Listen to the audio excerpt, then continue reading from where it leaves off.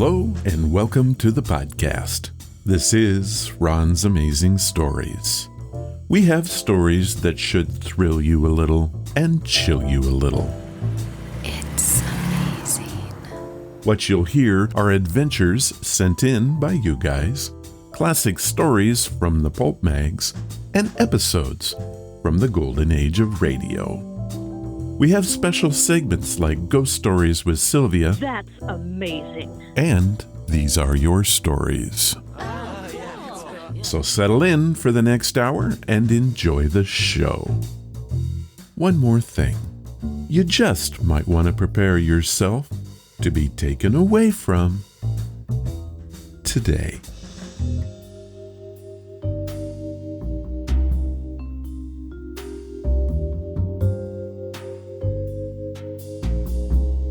Not so important times in history.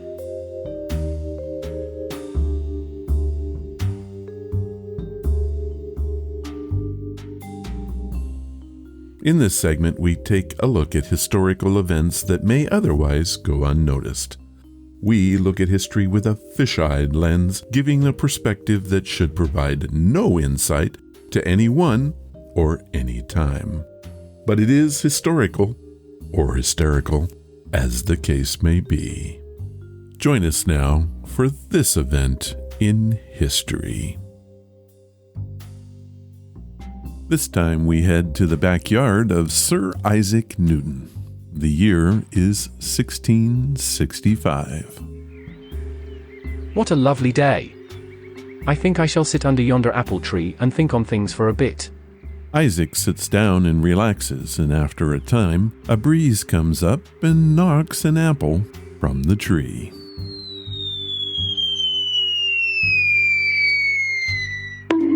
My word, what an event. But what causes that apple to fall? I think I shall call it gravity. But there is an awful truth here. You see, an apple never fell on Sir Isaac Newton's head. The story that the famous mathematician had an epiphany about gravity after being bonked on the head by a piece of fruit is an embellishment of what really happened. The first time the apple story appeared was in a biography of Newton written by his friend William Stukeley in 1792. The account says the notion of gravitation came into his mind, occasioned by the fall of an apple, as he sat in a contemplative mood. Historians believe that he may well have seen an apple fall and began pondering why it did so, but nowhere in any records of Newton's life does it say it hit him on the head. How about that?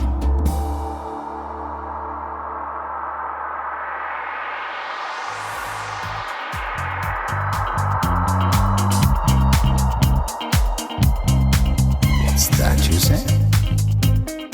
Hello and welcome to the podcast. On the show today, we have some good stuff. In the Audible segment, we take a quick look at the history of advertising, which leads to a very special ad in a very fictional audiobook written by Terry Brooks. The work is titled Magic Kingdom for Sale, and I think you're going to like this one. It's one of my favorite novels from the golden age of fantasy. Then we head to our featured story. This one asks the question, how far will you go to end a curse put on you? The story is titled Casting the Runes, and it comes from the OTR series, Escape. We end this show with a brand new edition of Johnny, is this true? I'm going to tell you 3 real stories from history, and one, well, not so much. Your job is to guess which one I faked. Now, you may notice that we don't have any of your stories this time. The reason? Well, the coffers are bare. With the month of spooky coming up, I really need you to dig deep and send in that story that you've been holding on to. Now, the stories don't need to be scary. Really, anything you think would be fun probably is. Also, it really doesn't even have to be true. Fiction is always welcome on Ron's Amazing Stories. So please, if you have a story and have been waiting to tell it, now's the time. So, let's get to today's podcast.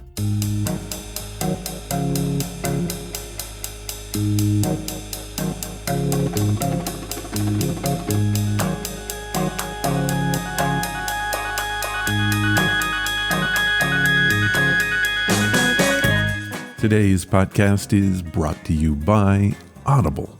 Get a free audiobook and a 30-day free trial at audibletrial.com/Ron's Amazing Stories.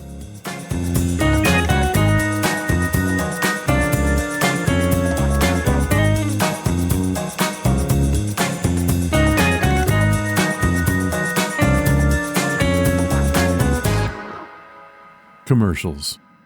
We see them every day telling us that we need this or want that in our lives. But when did it all begin? Did you know that advertising can be traced to ancient civilizations? Egyptians used papyrus to make sales messages and wall posters. Commercial messages and political campaign displays have been found in the ruins of Pompeii and Arabia. Lost and found advertising was common in ancient Greece and ancient Rome. In China, the earliest advertising was spoken, as recorded in poetry. They played bamboo flutes to sell candy. Wall or rock painting for commercial advertising is another manifestation of ancient times, which, by the way, is still present to this day. In Europe, as the towns and cities of the Middle Ages began to grow, most of the general populace was unable to read. So instead of signs that read cobbler, baker, tailor, or blacksmith, they would use an image such as a boot, a bag of flour, a hat, or a horseshoe. There were three basic forms of ads that existed during the preprint era. There were trademarks, town criers, and signboards. Trademarks was the practice of attaching seals or marks to a product. Around 4,000 years ago, artisans attached stone seals to products which, over time, were transformed into metal seals bearing impressive images often associated with the artist's personal identity. In ancient towns and cities, town criers were appointed to call out official announcements and general news. Before long, private individuals began to employ criers to promote their goods and services. These street cries provided an essential public service before the advent of mass media. And finally, we come to signboards. The use of commercial signage has a very ancient history. Retail and promotional signs appear to have developed independently in the East and in the West. The ancient Egyptians, Romans, and Greeks were known to use them for shop fronts as well as to announce public events such as market days. In medieval Britain and France, innkeepers put up signs with directions as to where to find food and entertainment options in the area, all paid for by the attractions. Advertisement became a major force in capitalist economics by the mid-19th century. And today we have direct mail, radio, television, the internet, and our mobile devices. Did you know that advertising made $7.1 trillion in sales activity in the United States in 2020? So, as you can see, it is a pretty big deal. Now, you're probably thinking, where is all of this going? What if you picked up a catalog and found this advertisement? Magic Kingdom for sale. Landover, island of enchantment and adventure rescued from the mists of time, home of knights and knaves, of dragons and damsels, of wizards and warlocks. Magic mixes with iron, and chivalry is the code of life for the true hero. All of your fantasies become real in this kingdom from another world. Only one thread to this whole cloth is lacking. You, to rule over all as King and High Lord. Escape into your dreams and be born again. Price, $1 million. That is the opening to our audiobook. It comes from the title Magic Kingdom for Sale, Sold, by Terry Brooks, narrated by Jeremy Author. Here's some more of the story. This is nuts, Ben Holliday muttered. And yet, Rosen's had a reputation for integrity.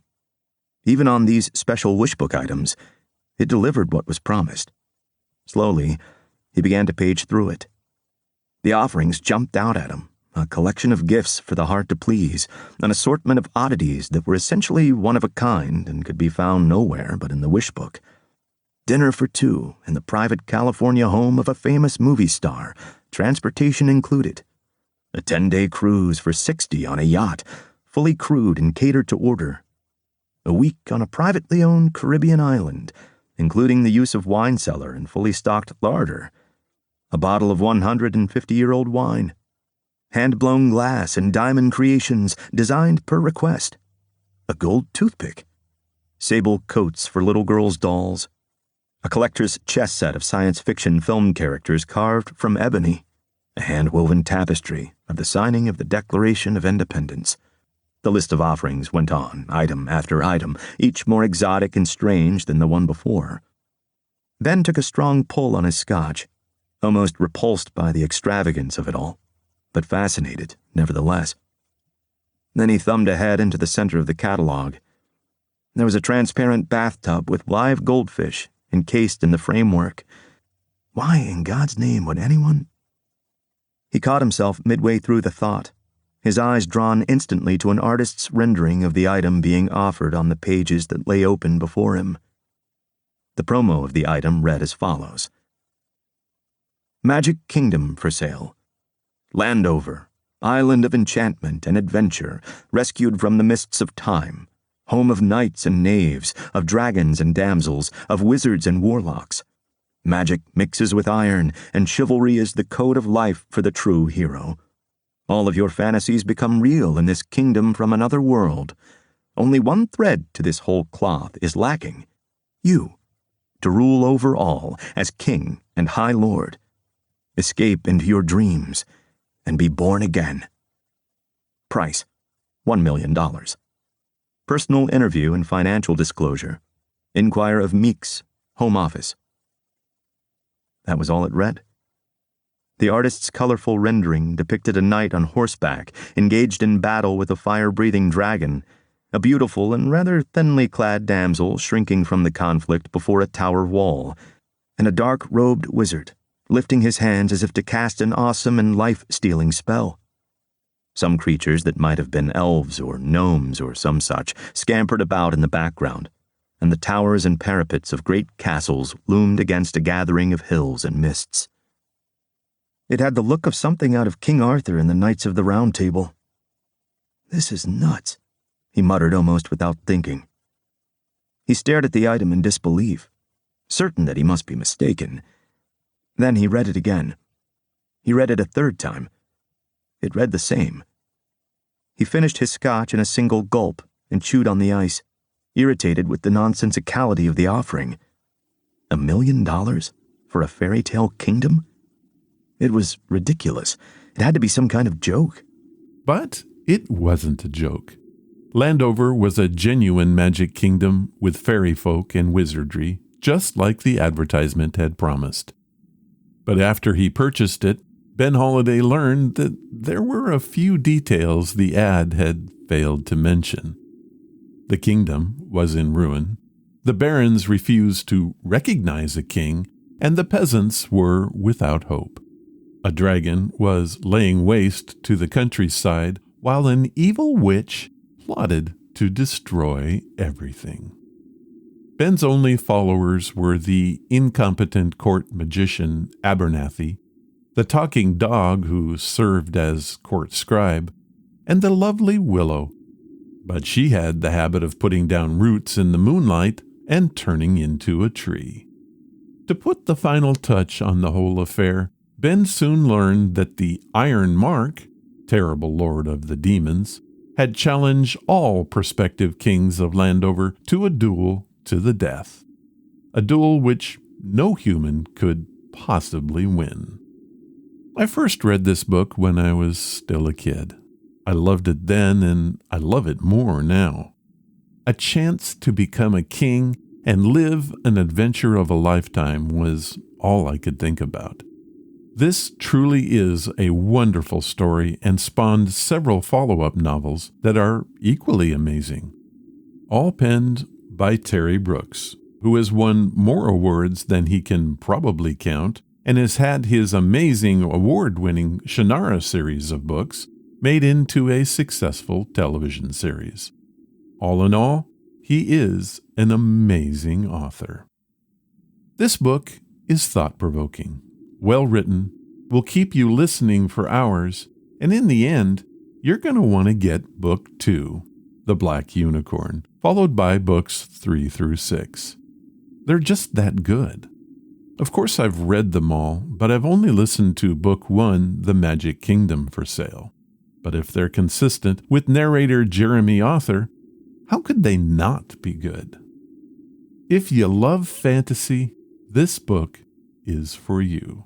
And you can have it for free by going to audibletrial.com/Ron's Amazing Stories. Here's what Audible has set up for us.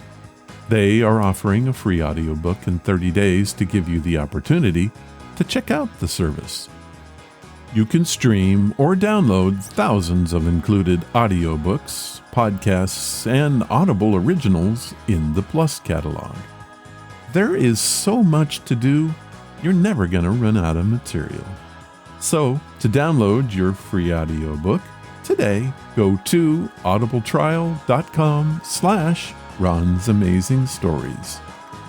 You'll be helping me out, and you'll be glad you did. Thank you, Audible.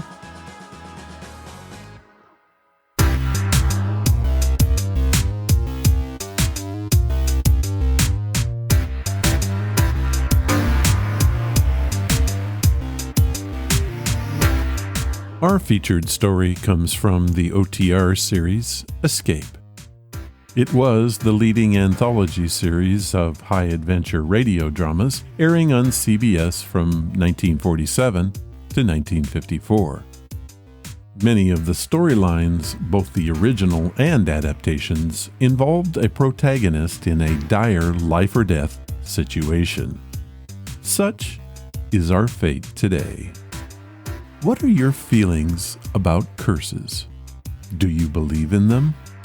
Our story is titled Casting the Runes. It's about a character who is cursed by a rival and must figure out how to pass the curse back before it leads to a disastrous consequence. This one is listed as being in the top 5 stories that Escape ever created.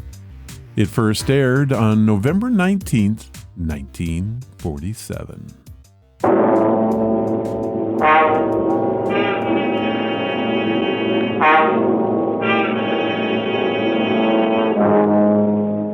Had a hard day at the office? Backache from bending over a hot stove all day?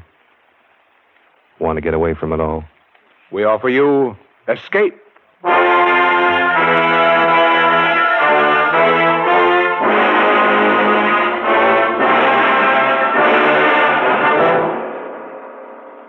It is midnight, and you are alone. Suddenly the room is plunged into darkness. You sit frozen with terror, because something is there behind you. Something you feared would come. Something from which you must escape. Escape, produced and directed by William N. Robeson, and carefully plotted to free you from the 4 walls of today for a half hour of high adventure.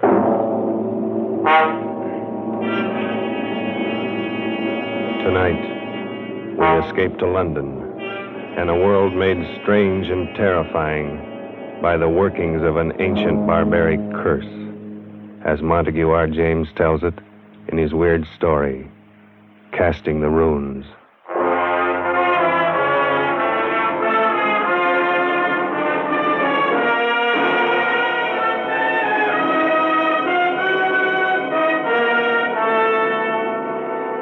My name is Edward Dunning. I'm a scientist. I'm used to dealing with facts, not fairy tales. I'm regarded as Britain's leading authority on medieval life. And as such, I've studied much of the ancient fears and barbaric superstitions of those times.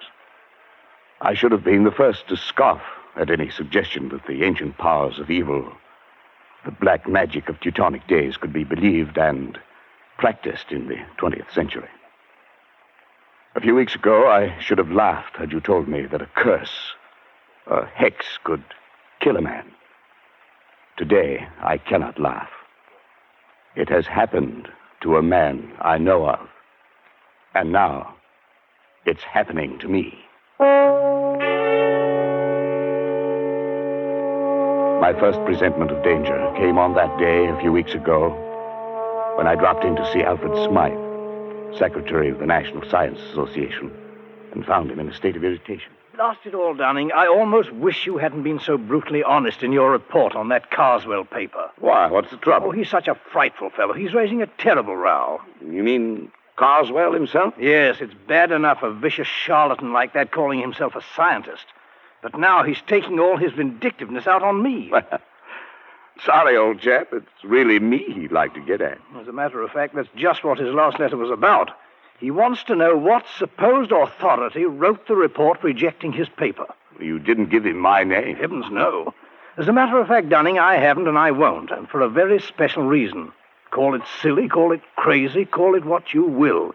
I have an uncanny feeling about that man Carswell. Why? Do you know anything about him? Nothing. I've never seen him. I only know that he wrote a paper called The Truth of Alchemy. It was hopeless. Precisely. And why was it hopeless? Well, besides being abominably written, it was supposed to prove that alchemy, black magic, and such rot actually exists. I think the man really believes it. Undoubtedly he does, and that's what I mean. He lives in an isolated old house in Warwickshire. He's rarely seen elsewhere, and in his whole career he's written only two things. This paper and a history of witchcraft published 10 years ago. Yes, of course. I remember now. So that's the man. Yes, and that book was even worse than this paper. The man has a warped mind. I'm sure he's tried every unhealthy experiment in alchemy, witchcraft, and black magic. There's no telling to what lengths of vindictiveness a man like that might go. Well, it does sound a bit queer, but... Not queer, Dunning. Evil. Oh, come. Man has a right to believe what he likes. He has a right to be angry with me. Here I've glibly scoffed at the man's life's work. Well, perhaps I'm being overly suspicious and imaginative, but I think there's more than anger involved here, Edward. This may sound fantastic to you, but, well, John Harrington wrote the report condemning that witchcraft book of Carswell's 10 years ago. 3 months later, Harrington was dead. But, Alfred, what's the connection? Harrington died under very peculiar circumstances.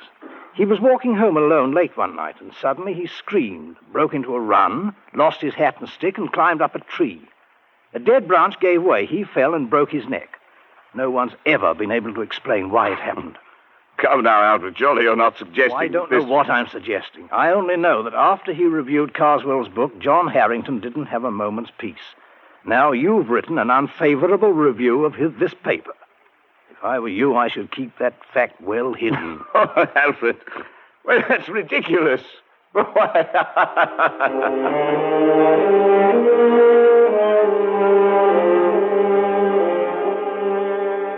Yes, I laughed at Alfred Smythe's fears. How could I have known then that I was to feel the same terror, the same agonized fear which gripped the heart of John Harrington as he crouched, panting, on the branch of a tree, with another moment or two of life, while beneath him the thing came closer and closer. I'd almost forgotten the incident when, a few nights later, I was riding home on a late train. I was half drowsing in my seat, barely keeping awake by looking idly at the car card advertisements. The man directly opposite me must have been doing the same, because suddenly I heard him say, "Here now, what can that one be advertising?" I followed his eyes to the window beside my head. What I saw brought me bolt upright in my seat. In memory of John Harrington, died September 18th, 1937, by falling from a tree. 3 months were allowed. Blimey, what do you say that means, sir? Well, I don't know. But I did know. Smythe had been right. The affair with Carswell was not over, but only begun. I asked the conductor about the card, but he was as puzzled as I was. He had never seen it before. The card must have been put there expressly for me. That meant that Carswell knew it was I who had reviewed his paper. How had he found out? I got the answer the next day. I was in the select manuscript department of the British Museum doing some research in the quiet, almost deserted room. I'd been working steadily for an hour, oblivious to my surroundings, when suddenly, just at my shoulder, I heard a voice. Edward Dunning, you are allowed 3 months. I swung around in my seat. There was no one within 20 feet of me. I sat for a moment, shaken, and then I stooped to pick up the papers I had brushed to the floor. I straightened up to find a stout, elderly gentleman standing in front of me. Excuse me, sir. Yes? May I give you this paper? I think it should be yours. Oh, yes, so it is. I thought I had them all. This one seemed to have slid across the floor. Thank you very much. Not at all, sir. Good afternoon. He walked slowly away and out of the door. A kindly, stout old gentleman. But there was something about him that made me feel strange. I went over to the attendant. Yes, Mr. Dunning? Did you notice that gentleman I was just speaking to? Oh, yes, of course. Can you tell me his name? Why, that's Mr. Carswell. As a matter of fact, he was asking about you only the other day. Asking about me? Well, he asked who were the great authorities on medieval science. Of course, I told him you were the only one in the country. Oh, I see. Would you like to meet him, Mr. Dunning? I'll see if I can... No. No, thank you.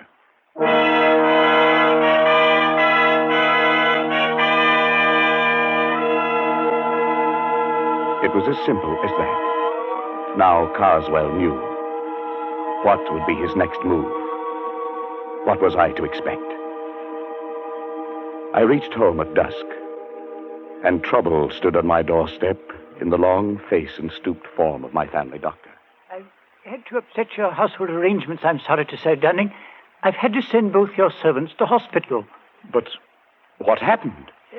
Something like ptomaine poisoning, I should think. It's nothing serious. Well, what could have caused it? Well, that's the rather odd thing. They tell me they bought some shellfish from a hawker and headed for lunch. I've made inquiries, but I can't find that a hawker called at any other house on this street.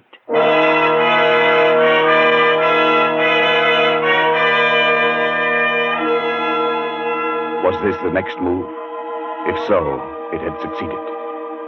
I was alone in the house, and my nervousness increased as darkness closed in and the hours advanced toward midnight. I went to bed, but almost immediately I thought I heard something. My study door opening downstairs. I went out and leaned over the banister. There was nothing moving, nothing visible. There was only a sudden, surprising gust of warm air playing about my legs. I went back into my room and locked the door.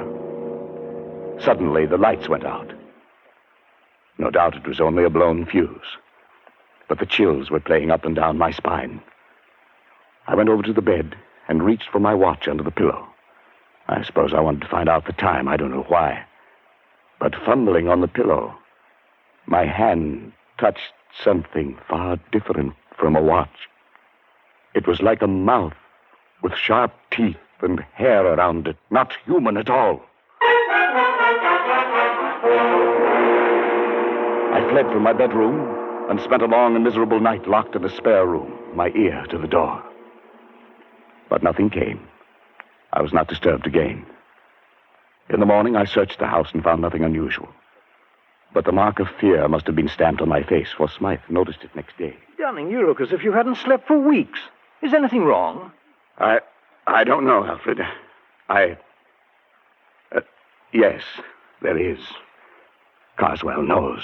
How? They told him at the museum. Of course, we should have thought of that. Has anything happened yet? I don't know. It's too fantastic. It's probably my mind, hypnotic suggestion or something, but like that man Harrington, I have 3 months left. Edward. Must have been hearing things. I'm all on edge. I don't know what to think. John Harrington had a brother, Henry. Perhaps I'd better get you in touch with him. He might know more about this man, Carswell. Yes, do it. And quickly. 3 months is not a lot of time.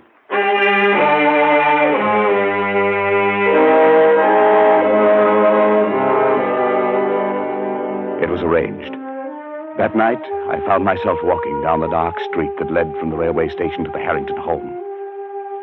It must have been along this same street that John Harrington had walked that last night. Where he had broke and run, it must have been one of these trees bordering the lonely road in which he had spent his last horrible moments. The way was dark, and there was no living soul in sight. And suddenly, complete terror gripped me. Somehow I knew that I was being followed. At first I only felt it, and then I heard it. I walked steadily on for a moment, my stomach like ice. It was getting louder, coming closer. Unconsciously, my step quickened. I could barely control myself. I wanted to scream and run. The thing came closer, closer.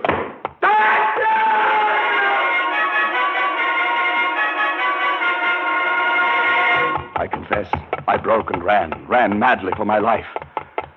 I was at a little side street. I turned down it, doubling back toward the railway station. I thought I would never make it. But finally, bright lights loomed before my eyes, and I think that I never have been so grateful for human companionship. There's no need to run, sir. The 840 won't be along for another 5 minutes. I felt very foolish. I couldn't bring myself to walk back down that street to Harrington's. I could only take the train home furtively and call Harrington next morning to beg his forgiveness. He seemed very understanding and asked no questions. Undoubtedly, Smythe had told him something about me. At any rate, he agreed to visit me at a place 2 nights later. And when he arrived and was made welcome, he began to talk about his brother. Yes, Mr. Dunning. John was in a very bad state for weeks before the accident, if that's what it was. The principal thing seemed to be the notion that he was being followed. It became an obsession. Yes, I know. I don't think his death was an accident. Then perhaps you can explain it? No. But I have one clue. Your brother reviewed a book very severely not long before he died. Just lately, I happened to cross the path of the man who wrote that book. And his name, of course, is Carswell. That's right. Well, as far as I'm concerned, that does it. Before he died, John was beginning to feel, much against his will, that Carswell was at the bottom of his trouble. Why? Well, it doesn't make sense. None of this does. But tell me. My brother liked music. He went to all the concerts in town, and he made a hobby of collecting the programs. One night, about 3 months before his death, he brought one home and showed it to me. I nearly missed this one, he said. It seems he'd lost his and was hunting for it under his seat, when a neighbor, a rather stout elderly gentleman, offered to give John his. The kind gentleman was Mr. Carswell. Undoubtedly. I started to leaf through the program and noticed on the second page some rather curious letters, carefully written there in black and red ink. Neither of us could make much of it, except that the letters seemed to be runic. Runes. Runes, of course. Well, John thought it might be important, and debated whether he shouldn't try to return the program to the stout gentleman. But just then the door blew open, and a gust of air, of strangely warm air, blew into the room. In a flash, it took the program and blew it straight into the fire. Yes, your brother was right. He should have returned it. There was nothing to be done then. No, perhaps not. But do you know what runic letters mean? Well, they're old pre-Druid script, I believe. The kind of writing the barbaric tribes used long before the Romans invaded Britain. Yes, that's right. Casting the runes, they used to call it in the old days. Casting the runes. What do you mean? Well, it was a curse, a hex. In primitive England, people thought by casting the runes, that is, handing a person a piece of paper with certain runic letters on it, that you could put that person out of the way, destroy him. It's an old superstition. And the only way to lift the curse was to return the paper to the one who gave it to you. To give it back without his knowing it. I don't believe that kind of nonsense. Neither do I. Then what was it that killed John? I don't know. Perhaps his fear of the runes, perhaps brooding about it, becoming neurotic, thinking he saw things and heard things and touched things that weren't there. Perhaps his own mind drove him to death. And what's the difference once you're dead? No difference at all. Casting the runes. Oh, it's rubbish. Yes, of course, but... Good heavens. What is it? I just remembered that day at the British Museum. He cast the runes on me.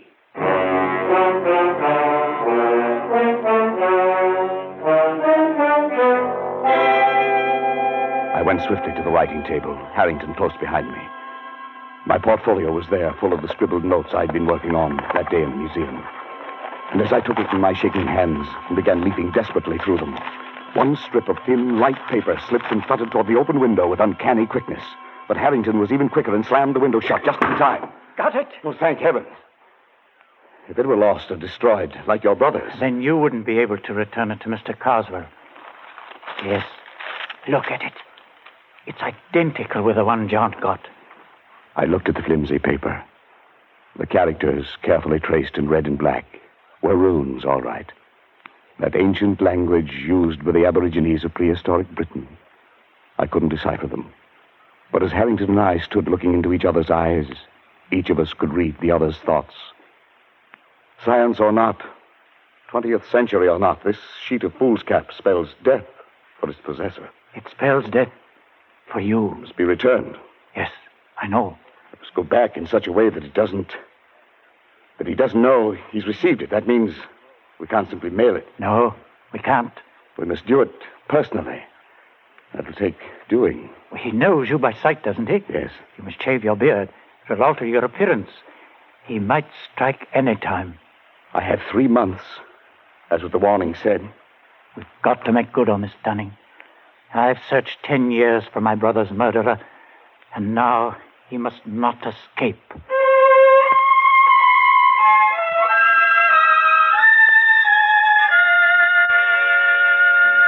I dare not go near Carswell, so Harrington volunteered to keep a watch on him, to let me know when our chance came to return the runes, if it was ever to come. It was only a night or two after Harrington was there that I arrived home and found the calendar had come in the mail. When I examined it, I found everything after November 19th had been torn out. The next night, I had another envelope of the mail.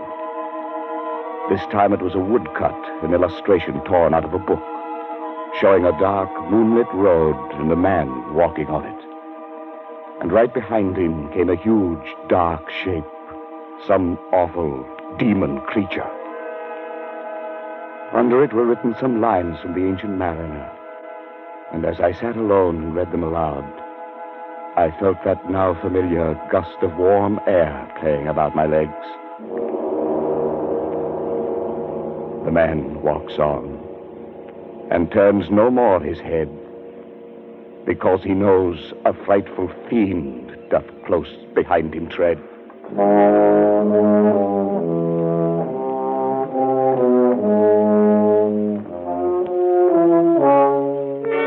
Now I knew the face of my terror, and it was with me always. Walking down the dark street at night, I heard its footsteps behind me. In my lonely house at midnight, it roamed the halls. Like the Ancient Mariner and John Harrington, I never turned to look. I couldn't. My nerves were going, and I could do nothing but wait. The days, the weeks slipped by, and still Harrington had no plan. I checked off the days on the calendar Carswell had sent. Now there were 8 days remaining, then 6, then 3, 2, 1. It was the evening of the 18th. My last day on Earth was to begin at midnight.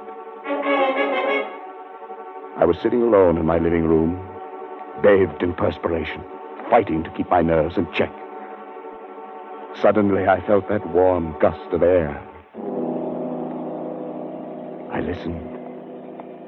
There were soft footsteps. A shadow seemed to cross the hall door. And then the footsteps blended into a loud banging. No, not yet! I've still got 1 day more! Not yet! Dunning, it's me! Oh, thank heaven. Harry. What's the matter, man? What is it? It was you knocking on the door. Your footsteps. Yes, of course. Oh, thank heaven. I thought I... Look, man, you've got to pull yourself together. It's tonight we have our chance. What chance? Carswell leaves Victoria Station by boat train tonight at 10. I'll get on with him there. You take the car I brought and drive to Croydon. Get on the train there. And be sure to bring the paper. Yes, I have it. You've shaved already. Good. Everything depends on his not recognizing you. This Harrington. Suppose he changes his mind. Suppose he doesn't take that trip. My time runs out tomorrow. He'll be there, and you'll do it. You'll do it well. You've got to.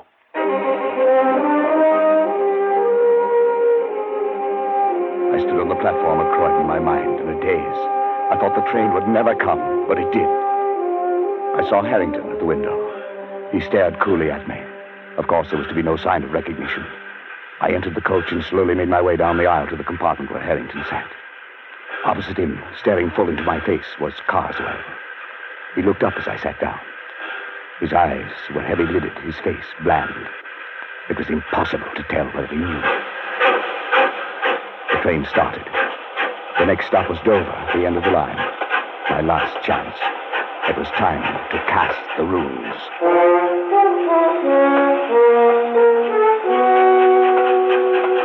It was a strange ride. Carswell and I seated face to face, staring into each other's eyes. Harrington off to the side, pulling at his face with twitching fingers. If I could have only had a few whispered moments with him to plan our strategy, but that was impossible. The moments dragged tortuously.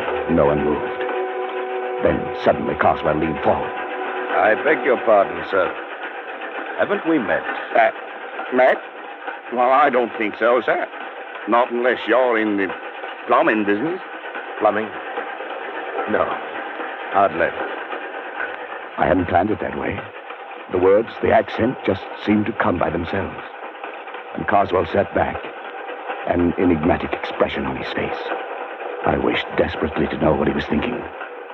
Then suddenly he got up and went out into the corridor. Was this my chance? I was about to slip over to his bags to see if there were ways to secrete the rooms within them, when I caught Harrington's eye and read a warning in them. Carswell from the corridor was watching, waiting to see if we recognized each other. I muttered a prayer of thanks I hadn't moved. Carswell came back and took his seat. As he did so, wild, exultant hope surged up in my throat, for something slipped off his seat and dropped noiselessly to the floor. It was his ticket case, and he didn't see it. It was a small cardboard ticket case with a pocket on the cover. If I could just get to it and slip that tiny piece of paper into that pocket. For 15 agonizing minutes, I sat there and stared at it. If only Carswell would go out. But he sat stolidly staring straight ahead. We were coming into the outskirts of Dover, the train slowing down.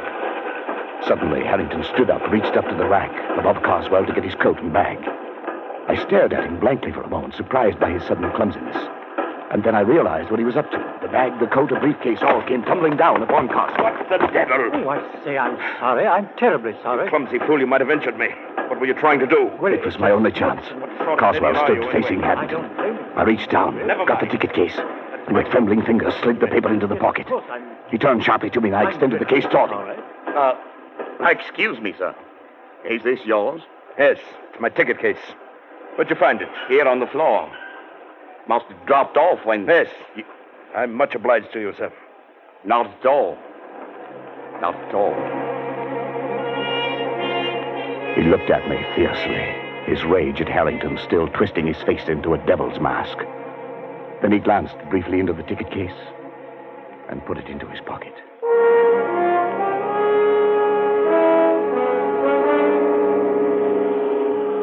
On the railway pier at Dover, Harrington and I followed a few steps behind Carswell. I felt like I might faint. Carswell went straight to the gangway of the boat, and there the purser stopped him. Sir, does your friend have a ticket? My friend? What the devil do you mean? I'm traveling alone. Well, that's funny. I could have sworn there was another gentleman right there beside you, walking just at your elbow. Well, there isn't. And I suggest you see an oculist. Oh, I didn't see. I just felt. Sorry, sir. Must have been your rugs. My mistake. Come on, Dunning. Our job's done.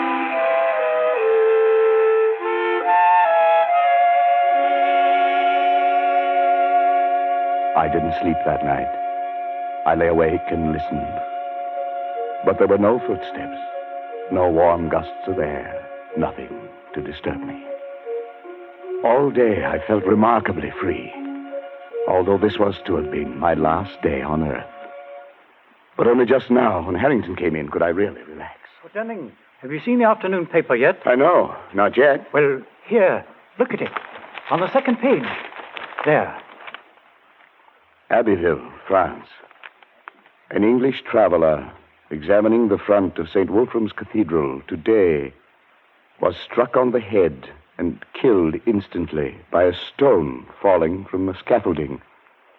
A note of mystery was added by the fact that although the cathedral was undergoing repairs, no workman was on the scaffolding at the time of the accident. The traveler was identified by papers found on him as a Mr. Carswell of Warwickshire. Of course, it could have been an accident. Yes. Yes, it could have been.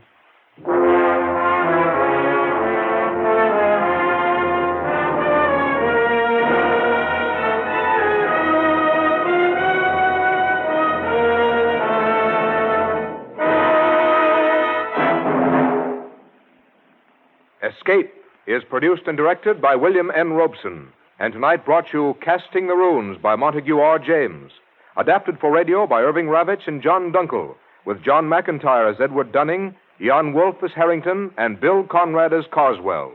The special musical score was conceived and conducted by Cy Fure.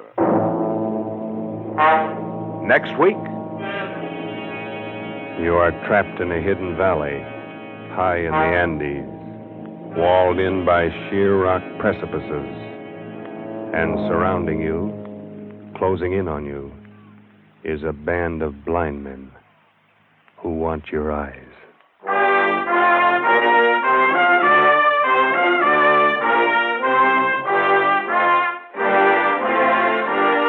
Next week, we escape with H.G. Wells' gripping story, The Country of the Blind. Good night, then, until this same time next week when we again offer you Escape.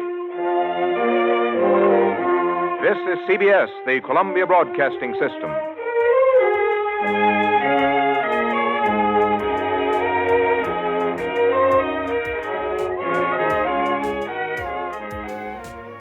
So what did you decide about curses? Do you believe in them? Certain cultures around the world sure believe they are real. The History Channel did a whole series of shows about the subject, dating back to the Pilgrims to present day. I've always believed that if you think they're real, then they can have power over you. However, if you decide that they're just a whole lot of nothing, then that is also the truth. Escape enthralled many listeners during its 7-year run. The series' well-remembered opening, as intoned by William Conrad, is one of my favorite old-time radio taglines. Tired of the everyday grind? Ever dream of a life of romantic adventure? Want to get away from it all? We offer you Escape. Following the opening theme, a second announcer, usually Roy Rowan, would add, Escape, designed to free you from the four walls of today for a half an hour of high adventure. Pretty good stuff, if you ask me. A lot of what I've done here on Ron's Amazing Stories is based on that simple premise. The idea of getting away from today. I hope that you enjoyed our story today.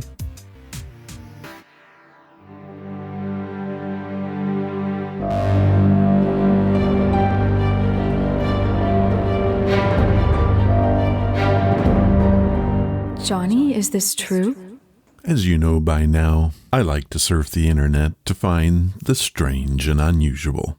I do this in the name of the podcast, but the truth is, I would do it anyway, even if there was no podcast. What you're about to hear is... Johnny, is this true? I will tell you a story and then ask the question, did I make it up or is it true? Your job is to decide. Let's get started.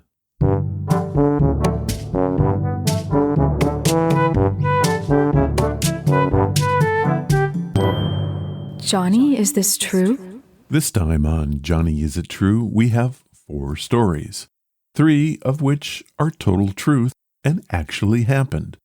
The 4th one is a tale from my demented imagination. Can you pick the right one? I'll read all 4 and then tell you which is which. Let's get started. Story 1. On October 17, 1814, a massive vat containing more than 135,000 gallons of fermenting beer experienced a catastrophic structural failure. A wall of beer swept through the parish of St. Giles, London. The source of the tidal wave was from the Mucks and Company brewery. The force of the beer destroyed homes, knocked buildings off their foundations, and toppled trees. Sounds legit to me, but is it? Story 2. On Saturday, March 13th, 1954, Samuel Ricker of Piedmont, Arizona, was about to make history. He was going to launch his homemade rocket into space before NASA would in 1958. It would be manned by 3 chickens that he felt were expendable. Apparently, their egg production had been off. His fuel was some rather potent peach moonshine that was not fit to drink. The whole town turned out for the event. Even the city's brass band showed up. After much ceremony, the rocket was lit up. To say it went badly is an understatement. While it did light up, there was no explosion, and the rocket stayed put. However, the moonshine burned quite nicely and created a pleasing peach aroma. How about that? Story 3. On November 9th, 1970, the carcass of a ginormous whale, weighing roughly 8 tons, washed up on the beach in Florence, Oregon. The Coastal Management Division had a problem on their hands: how to remove it before it creates a rotting, smelly mess. Dexter Manford had the brilliant idea of dynamiting the carcass. After all, this approach works well when clearing boulders from the highways. So on November 12th, they put their plan into action. But what was the result? Is this story even real? Story 4.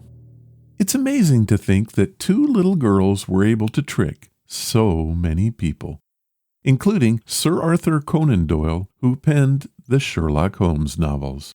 What did they do? Well, in 1917, they had photographic proof of the existence of fairies.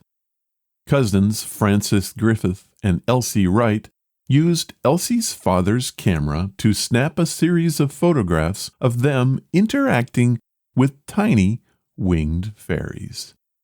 This sparked renewed interest in supernatural beings. How can this be true? Can we see these pictures today? Okay, now for the results. Let's begin with the beer tidal wave in 1814. Sad to say, this one is very true. A total of 8 people were killed by falling debris and crushed homes. The accident shined a light on the lack of regulations and oversight in the beer-making industry. I'll have links in the show notes. How about our fairy picture? This one is also true. These photos were widely circulated around England. A number of prominent supporters wholeheartedly believed the photos to be real. There's just one problem. They weren't. Decades later, the girls confessed to arranging paper cutouts of fairies they found in a book and pasted them to thin sticks to stage their famous photographs. While the photos were fake, their story is true. I will have a link in the show notes. That leaves two stories. Which is fake and which is real? Was it the whale explosion or the rocket into space? Well, I'm here to tell you that whale of a tale is totally true. However, it wasn't the neat pile of easily removable pieces like they imagined. Instead, the blast peppered the crowd of onlookers with blood and blubber.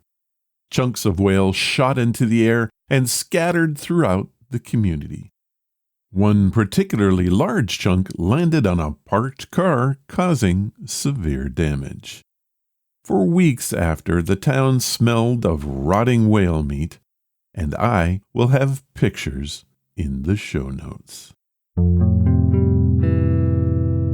So that means that if you picked our rocket in Piedmont as being fake, you got it right.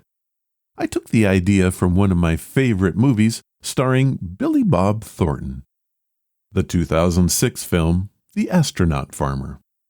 A NASA astronaut is forced to retire years early so that he can save the family farm, but he's never given up his dream of space travel. Neat idea, but totally fake. Well, those are our stories for this time. I hope you enjoyed this edition of Johnny, Is It True? If you have ideas for this segment, please let me know. I love doing this one. Thanks for listening. Have you tried Wheaties? They're whole wheat with all of the bran. Won't you try Wheaties? For wheat is the best food of man. They're crispy and crunchy the whole year through. The kiddies never tire of them, and neither will you. So just try Wheaties, the best breakfast food in the land.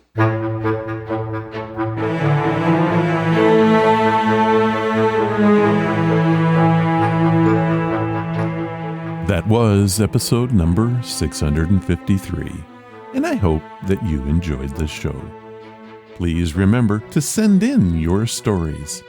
We want to hear them. That's why we're all here. If you want to follow the podcast or the blog, head to ronsamazingstories.com. There you will find any of the links I mentioned and how to contact us. Do you want to help the show? The best thing you can do is to tell your friends all about it, and please leave reviews or feedback wherever you listen. Clicking that follow or like button helps us grow. Thank you for listening, and I hope you come again to find out what are Ron's Amazing Stories.